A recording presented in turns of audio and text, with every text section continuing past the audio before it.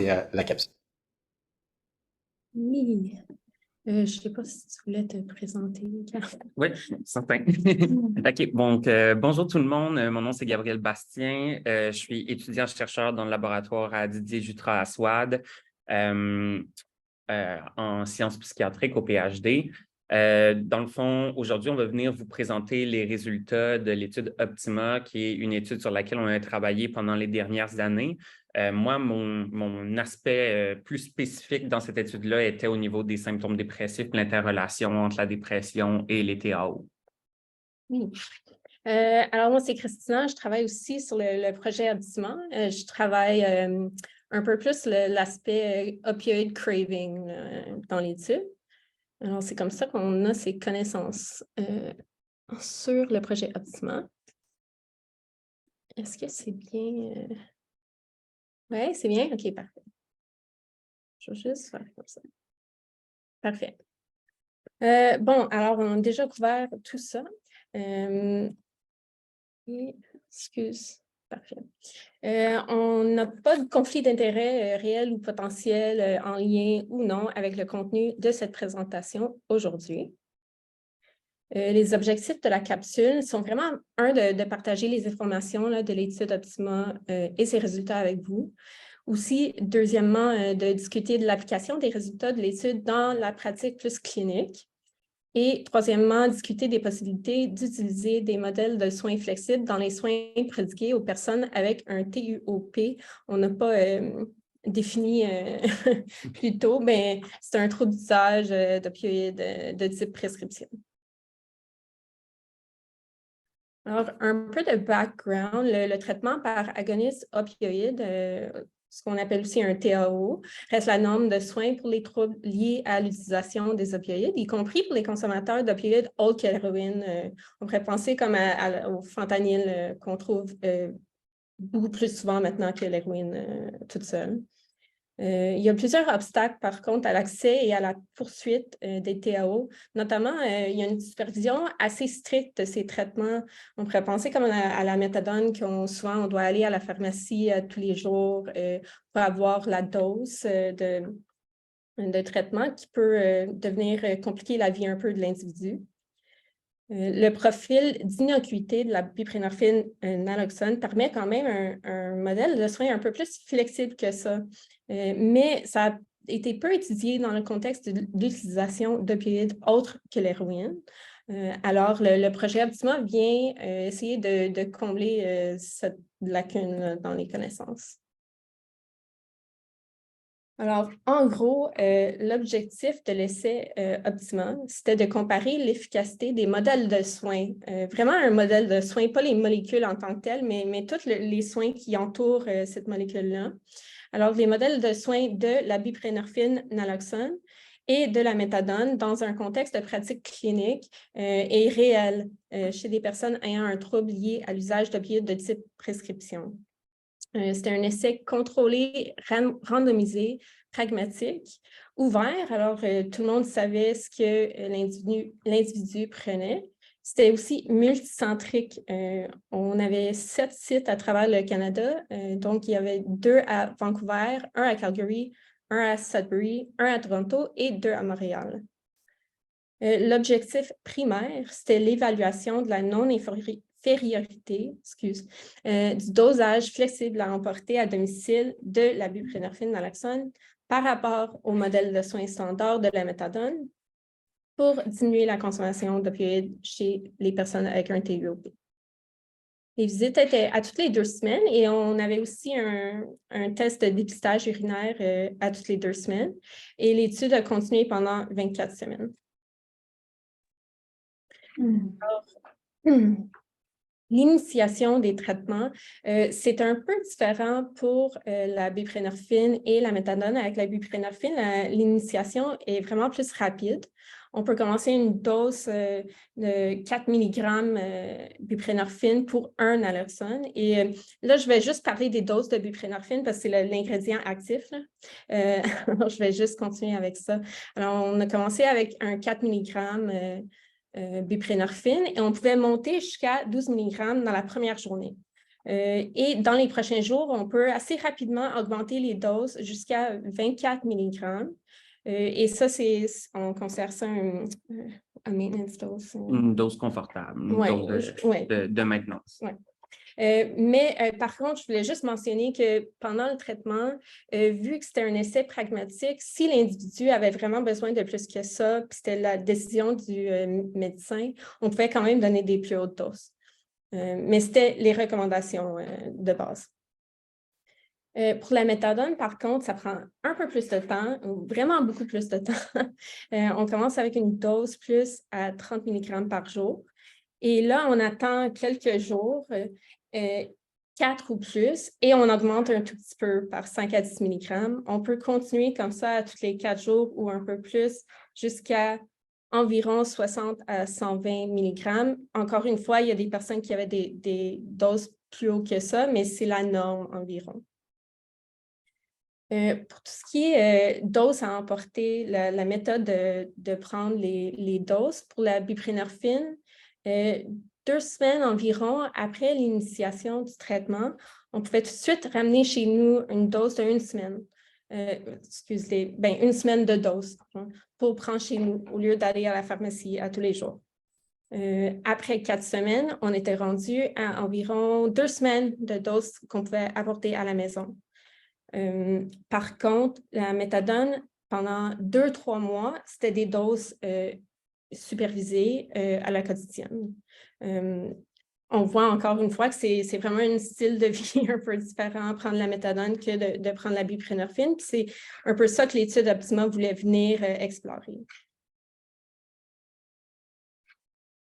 Alors, les critères d'éligibilité, on prenait des adultes de moins de 65 ans ayant un diagnostic d'un TUOP.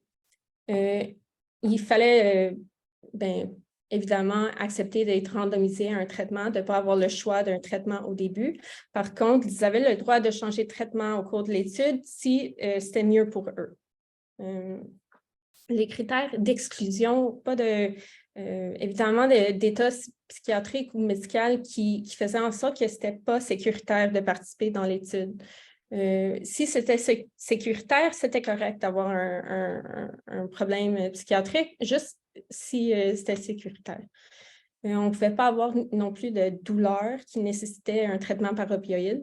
On ne pouvait pas prendre de héroïne pendant les 30 derniers jours comme l'opioïde principal. Pas non plus avoir pris un TAO dans les 30 derniers jours. Évidemment, pas de mauvaise réaction là, aux molécules dans le passé. Et on ne pouvait pas être enceinte, en train d'allaiter ou d'envisager de concevoir un enfant.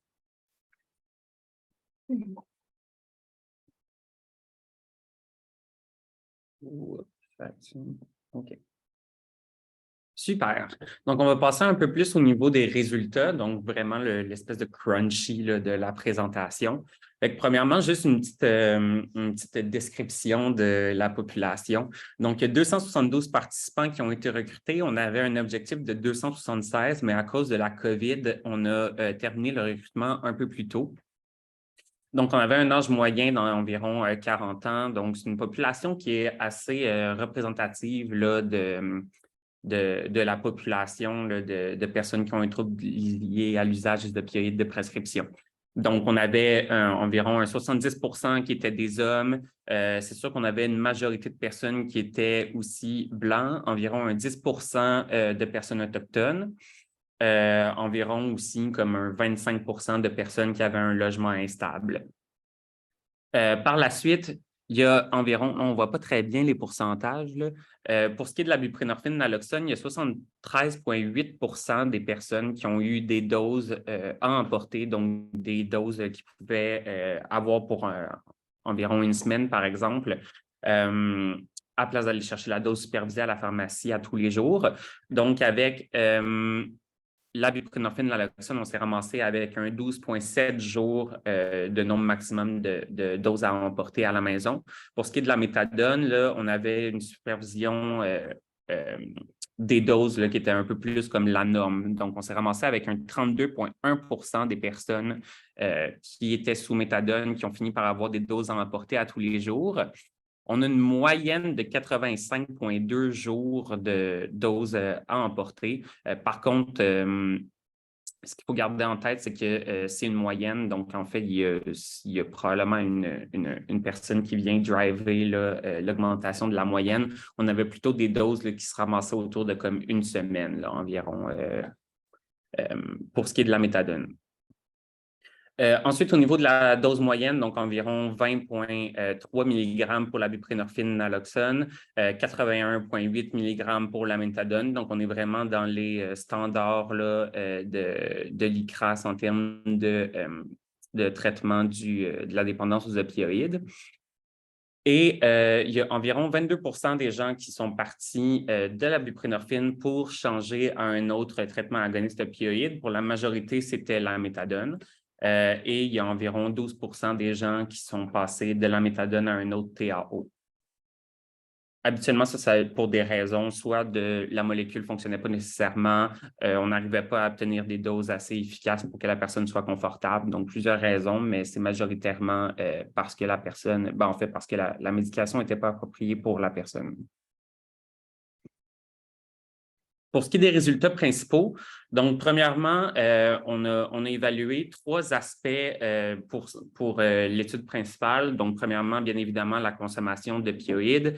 Deuxièmement, la rétention en traitement. Et troisièmement, les effets indésirables. Donc, dans le fond, les 3 mesures les plus importantes au niveau de l'efficacité de ces traitements-là. Donc, on peut voir que 24 % des gens qui ont, en fait, 24 % des urines qui étaient négatives aux opioïdes dans le groupe de buprenorphine naloxone, 18,5 % des urines qui étaient négatives pour le groupe méthadone. Donc, ça, c'est la proportion moyenne des urines sans opioïdes au courant de l'étude, donc au long des 24 semaines de l'étude. Si la personne ne nous donnait pas de test urinaire, on considérait que la personne avait consommé, donc le test urinaire était positif. Donc, on peut voir quand même que la proportion moyenne d'urine sans opioïdes est relativement semblable dans le groupe buprenorphine naloxone comme pour la méthadone. Donc, on a été capable de montrer que c'était non inférieur à la méthadone. Par contre, on peut voir quand même que la buprenorphine naloxone a un pourcentage un petit peu plus élevé. Pour ce qui est de la rétention en traitement, donc, on a eu 2 définitions de rétention en traitement. Donc, premièrement, est-ce que la personne a continué de garder le traitement auquel elle a été assignée au niveau de la randomisation? Donc, on a 23,4 % des personnes qui étaient sous buprenorphine naloxone qui ont changé de TAO et 33,8 % des personnes qui étaient sous méthadone qui ont changé de TAO. Donc, en tant que tel, le taux de rétention n'était pas très, très élevé, un petit peu plus élevé dans la méthadone que dans la buprenorphine naloxone, majoritairement parce que il y a eu beaucoup de switch dans le groupe de buprenorphine naloxone, donc beaucoup de personnes qui sont passées à la méthadone, par exemple, beaucoup plus que dans le groupe méthadone. Au niveau des effets indésirables, donc dans le fond, c'est des effets secondaires qui sont assez courants là, dans les TAO. Donc, premièrement, symptômes de sevrage, particulièrement pour ce qui est de la buprenorphine naloxone au début, quand on est en train d'initier le traitement. Ensuite, risque de surdose et hypogonadisme qui vient éventuellement avec un dysfonctionnement sexuel. Et on va revenir un petit peu plus au niveau du fonctionnement sexuel. Par contre, ce qui était à retenir, c'est que les effets secondaires étaient relativement semblables dans les 2 groupes. Il n'y avait pas une molécule qui était plus encline à amener des effets secondaires que l'autre. Ce qui montre quand même que la buprenorphine naloxone, qui est donnée de manière flexible, est quand même sécuritaire et ne mène pas nécessairement à plus de risque de surdose. Ensuite, je vais vous passer en revue un peu plus tous les résultats secondaires. Donc, évidemment, on n'a pas seulement regardé la consommation d'opioïdes, on a regardé plusieurs autres indicateurs cliniques du fonctionnement de la personne. Pour tout ce qui est des articles qui sont encore en préparation, je dois vous dire que c'est des résultats qui sont préliminaires. Donc, dans le fond, je vais vous expliquer un petit peu c'est quoi les trends qu'on a vus jusqu'à maintenant. Par contre, ce n'est pas des résultats qui sont définitifs, fait que je veux que vous gardiez ça un peu en tête quand même lorsque vous venez interpréter les résultats. Mais premièrement, pour ce qui est des symptômes de craving. Donc, dans le fond, la buprenorphine, naloxone et la méthadone ont été capables, les deux, de réduire le craving. La buprenorphine, naloxone était capable de réduire le craving plus rapidement. Donc, autour de semaine 2, on avait une plus grande diminution du craving pour la buprenorphine, naloxone. Et la raison principale, c'est parce qu'on est capable d'arriver avec des doses de stabilisation beaucoup plus rapidement avec la buprenorphine, naloxone. Lorsqu'on regardait à semaine 6, les deux traitements étaient relativement semblables au niveau de la gestion du craving. Pour ce qui est des symptômes de sevrage, encore une fois, donc ça, c'est des résultats préliminaires. Buprenorphine, naloxone et méthadone, les deux ont été capables de réduire les symptômes de sevrage sans différence significative entre les traitements. Pour ce qui est des symptômes dépressifs, donc ça, c'est la partie sur laquelle j'ai travaillé. Donc, c'est sûr que je vais vous en parler un peu plus parce que c'est près de moi. Donc, on a évalué deux choses au niveau des symptômes dépressifs. Premièrement, c'est quoi l'effet des traitements sur les symptômes dépressifs? Donc, ce qu'on a vu, c'est que les symptômes dépressifs étaient diminués avec les traitements TAO. Plusieurs raisons pour ça. Premièrement, le fait que la personne aille mieux au niveau de son fonctionnement, qu'elle consomme moins, c'est sûr que ça l'aide au niveau des symptômes dépressifs, mais il semblerait aussi y avoir un certain effet des molécules qui n'est pas 100% clair. Mais quand même, il semble y avoir un petit indice comme quoi ce n'est pas seulement lié à la consommation, à la diminution de la consommation d'opioïdes. Pour ce qui est de la relation inverse, donc dans le fond, l'effet des symptômes dépressifs sur l'efficacité des traitements agonistes, ce qu'on a vu, c'est que la dépression à l'entrée au traitement n'était pas prédictrice de l'efficacité des traitements par la suite. Par contre, si les symptômes dépressifs persistaient à travers le temps, on se ramassait avec une diminution de la rétention en traitement et une augmentation du risque de consommation d'opioïdes, ce qui fait quand même beaucoup de sens, étant donné que si la personne ne va pas bien, bien évidemment, elle ne va pas nécessairement se rendre compte que, en fait, elle ne va pas nécessairement c'est ça, attribuer ça au traitement, donc va être moins encline à continuer son traitement. Au niveau des symptômes anxieux, donc c'est encore quelque chose qui est en préparation, ça aussi, mais on se retrouve avec des résultats qui sont relativement semblables aux symptômes dépressifs. Donc, on a déjà vu que les symptômes anxieux étaient diminués avec la buprenorphine, naloxone et la méthadone. Et on a vu aussi que les symptômes anxieux à l'entrée au traitement n'étaient pas prédicteurs de la rétention en traitement. Pour ce qui est de la satisfaction du patient, donc dans le fond, il y avait une assez bonne satisfaction des traitements, autant pour la buprenorphine, naloxone que la méthadone. La satisfaction était semblable pour les deux traitements. Par contre, on avait une plus grande satisfaction chez les gens qui avaient une amélioration de leurs symptômes dépressifs, ce qui fait encore beaucoup de sens, étant donné que si la personne va mieux, elle va sentir que son traitement est beaucoup plus satisfaisant. Par la suite, au niveau du fonctionnement sexuel, ça encore, c'est des données préliminaires, donc je vais y aller juste largement au niveau en fait, globalement, c'est quoi les effets sur le fonctionnement sexuel? Donc, vous savez que le fonctionnement sexuel est réduit chez les personnes qui consomment des opioïdes de manière chronique. Donc, avec la buprenorphine, naloxone, on a été capable d'augmenter la satisfaction sexuelle des patients. Par contre, pour ce qui est de la méthadone, c'est un effet quand même un effet secondaire quand même assez classique de la méthadone qui amène de l'hypogonadisme et éventuellement des dysfonctionnements au niveau sexuel. Donc, effectivement, on a vu qu'il y avait une diminution du fonctionnement sexuel chez les hommes comme chez les femmes, mais l'effet était particulièrement présent chez les femmes, possiblement parce que l'investigation des niveaux de testostérone est moins prévalente là, chez les femmes que chez les hommes. Pour ce qui est de la qualité de vie, donc on a une augmentation de la qualité de vie autant pour la buprenorphine, naloxone que pour la méthadone. Pour ce qui est de la douleur, ça encore, c'est des résultats préliminaires, mais une diminution de la douleur dans les deux traitements. Et finalement, le dernier résultat que je vais vous présenter, c'est en lien avec la consommation de cannabis. Donc, il y a un de nos collègues qui a évalué si la consommation de cannabis avait un impact sur la consommation d'opioïdes, le craving et les symptômes de sevrage. Parce qu'il y a beaucoup de patients dans la communauté qui nous ont rapporté que la consommation de cannabis les aidait avec, entre autres, en fait, majoritairement au niveau du craving et des symptômes de sevrage. On n'a pas été capable de démontrer que la consommation de cannabis avait un impact positif ni un impact négatif. Donc, ça reste encore à explorer là, en lien avec la consommation de cannabis.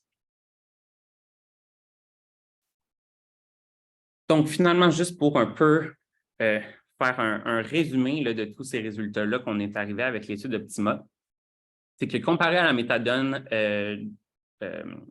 avec ingestion supervisée à tous les jours à la pharmacie, le modèle de soins flexible de la buprenorphine naloxone était aussi sécuritaire, non inférieur et associé à une rétention qui était un peu plus faible. Et la raison était majoritairement parce que, justement, il y a plusieurs personnes qui ont quitté la buprenorphine naloxone pour se rendre à la méthadone parce que parfois, les doses qu'on peut obtenir avec la buprenorphine naloxone ne sont pas suffisantes pour que la personne soit réellement confortable. Par contre, au niveau des effets secondaires, quand même assez semblable au niveau des deux, diminution de consommation d'opioïdes aussi semblable pour les deux. Donc, en fin de compte, ce qui est important de retenir de tout ça, c'est que les soins flexibles sont aussi efficaces, puis dans le fond, on doit individualiser ou personnaliser notre approche selon les besoins du patient en tant que tel. Donc, par exemple, une personne qui aurait besoin des doses beaucoup plus élevées, ça va être plus facile d'arriver avec des doses confortables avec la méthadone versus la buprenorphine naloxone qui amène beaucoup plus de liberté là, au niveau du style de vie. Donc, au niveau des implications pour la pratique, je pense que c'est de retenir que les stratégies du soin plus flexibles peuvent être aussi efficaces dans la gestion clinique des troubles liés à l'usage des opioïdes, que ça prend des discussions de partenariat et d'engagement avec les patients pour évaluer c'est quoi le meilleur traitement, en fait, en fonction des besoins de l'individu. Et éventuellement aussi d'approfondir la recherche sur les interventions qui sont complémentaires, les modèles de soins alternatifs ou d'autres stratégies pour améliorer les résultats parce que là, on s'est vraiment juste attardé à la méthadone et à la buprenorphine naloxone, c'est-à-dire les deux TAO les plus fréquemment utilisés. Donc, pour terminer, j'aimerais juste remercier l'équipe d'Optima et nos collaborateurs, donc bien évidemment les participants de l'essai clinique, les personnes avec expérience vécue qui nous ont aidés au travers de ce projet-là, les coordonnateurs de recherche et les membres de l'équipe, les gestionnaires des pôles de l'ICRAS, Benoît Mas, Omar Lediar et Urka qui nous ont aidés avec les analyses statistiques et les membres du comité de surveillance et de suivi. Je voulais aussi mentionner que cette étude-là a été financée par les Instituts de recherche en santé du Canada via l'Initiative canadienne de recherche en abus de substances et on a aussi eu un financement pour le transfert des connaissances par Santé Canada. Donc, je vais vous laisser à la fin de la capsule. Je vous ai mis tous les articles qui ont été publiés jusqu'à maintenant pour l'étude d'Optima. Si jamais ça vous intéresse d'aller voir un petit peu plus en détail, c'est quoi les résultats qu'on a obtenus. Voilà, merci.